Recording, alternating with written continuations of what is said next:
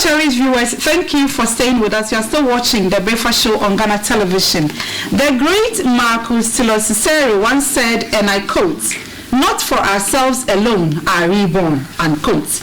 We also become useful by lightening the burdens of others. This has been the true reflection of the Actionplus Foundation, from where guests have joined me in the studios this morning to tell us about this NGO and what they stand for. From my far right, I have Apostle Fred Osei Enin.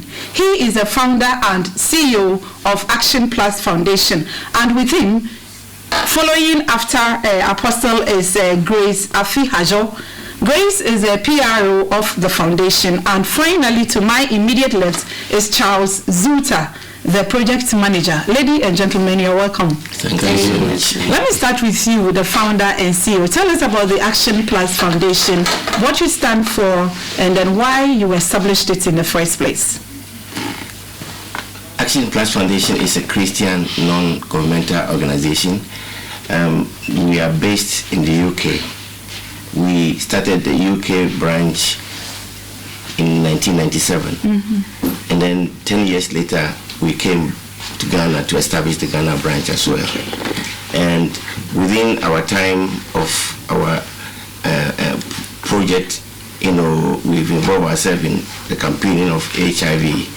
As much as it is, HIV is one of the most deadliest, as I can say, diseases that we have ever faced as humans. And as a Christian charity, we believe that the Lord has given us the mandate to preach the word and also to heal. Right. And looking at the stigma attached to HIV and the church abandoning people who have unfortunately gotten this infection and living with such a situation. Personally, the Lord spoke to me about it, that I should take this up as part of our ministry, which we have run it over the past 22 years. Right. That's quite noble. And so it presupposes that over the years your focus has been the HIV Aids Campaign and to reach out to people who are infected by the virus. Yes, we have campaign and to reach out for people who are also infected by the virus. But how is the campaign going? It's been a while since we heard about it. Generally in Ghana, how is the situation? Well, in Ghana, because of lack of funding at the moment, you know that people will have to get the resources to be able to maintain the work they do. And as much as it is not happening.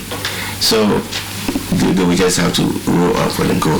But always, like I said, it's a ministry. I mean, we are accountable to the lives that God has given to us. So whether funding or no funding, we are obliged to go out and do it. Thank you. Let me come to Charles and ask you, as a project manager, your founder has elucidated on the visions and the objectives you have. Being the project manager over the past couple of years, a decade and over, what would you say are some of the impacts you have had looking at your core vision? Thank you, Madam. Actionplus over the years has chopped great success. Major ones being, we are fronting the advocacy about Stop HIV. Right. And to get this message across, we must get people prepared. Right. And Daddy, by his own initiative, as to fight HIV, we've been able to let people come out. As stigmatized as you be with somebody having HIV. And how communities or humans who disassociate with them. That has been the major challenge of the fight against HIV.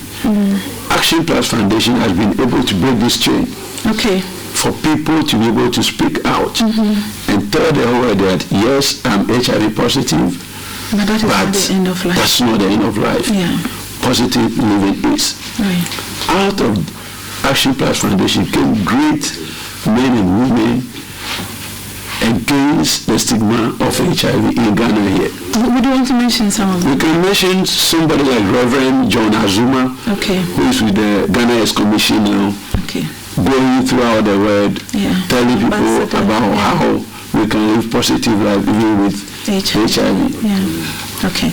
He, together with the wife, and we began this thing through the initiative of our Apostle Fred. Oh, okay. Okay. And many more. We visited people who are bedridden. We visited churches. Hitherto, it's very difficult to mention about HIV in the church. But now we are doing all this through Actionplus. Right.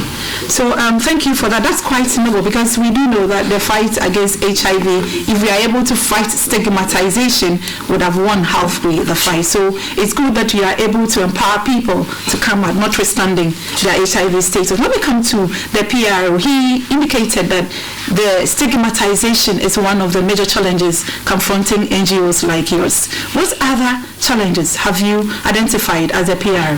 Thank you very much. We are actually financially constrained on how we run our programs. We are not being supported. We are working solely with the Chief Executive resources.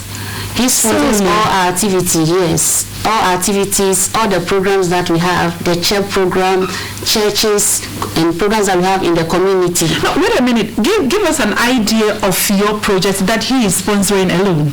The CHEP projects. Church project. What is the church project? Campus HIV Educational Program. What do you mean? Give us a breakdown. For those who are listening to us for the first time, give us a breakdown of that project. It's a program which is being initiated in all senior high schools in Ghana. Okay. And then we have the peer educators that we're educating them to talk on HIV. So when we run such activities, we have training for them. And he is the one who sponsored all such programs. We go to other schools. We traveled a lot outside, and all the cost is on him. So he's our sole finance of all the program that we have. So Apostle Fred has been so amazing, and for 22 years in the UK, he did the same thing, and Ghana 12 years. It's been amazing. So we applaud him. Grace has just revealed something, and you are nodding to it. Does that mean she's telling us the gospel truth? That is the fact, actually. Because my commitment to this is not just because of the passion or getting people's life back, but I see myself as a pioneer of something that is not there, and which I believe that I'm mandated of God to do, and which I'm also accountable. And if I do it well, I have a place where we say, welcome home, son, for what you have done. So you see this as your divine calling. That is your motivation. That's it. So when I came here, 2007, it was for me to set up a church, because my people in London were saying, go to Ghana, so when we start a church, whenever we go, we can have a place. And when I came down, I started a church in Dansoman. For 1 month, I had gotten 2 branches already, one in Taifa, one in Dansoman. Okay. And it was through this when I realized that my coming wasn't for church thing. Because when I was going to do a revival, then I saw this young boy carrying water, ice water, and his dress soaked up. Nobody was looking at him. And this boy should have gone to school. Right. So I was asking myself, what is happening here? Yeah. And then at the same time, I saw this woman with a baby at the back, also selling the same ice water, running after a car. And she thought that the car was going to stop for her to sell. But then the car stopped briefly, and then it started moving again. Right. So whether in a panic or whatever, the baby nearly came out of her back.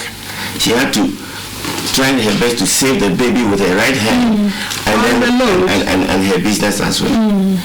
That's when the Lord started speaking to me and said, there are so many churches here. Okay, so looking at this challenge of lack of financial funding, what does the future look for you as you sit here, as you continue to respond to what you term your divine calling? Yes, it has been a very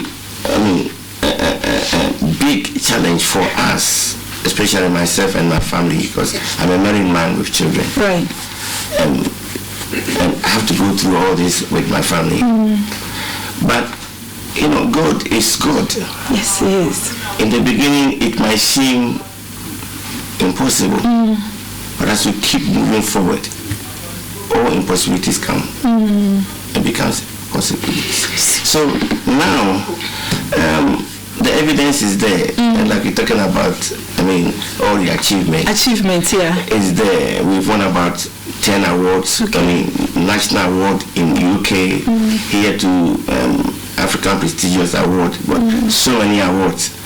And now all angles are now pointing to us, looking at how much we have put into the system.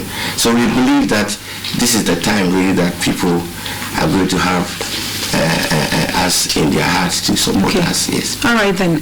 We wish you well in your endeavors.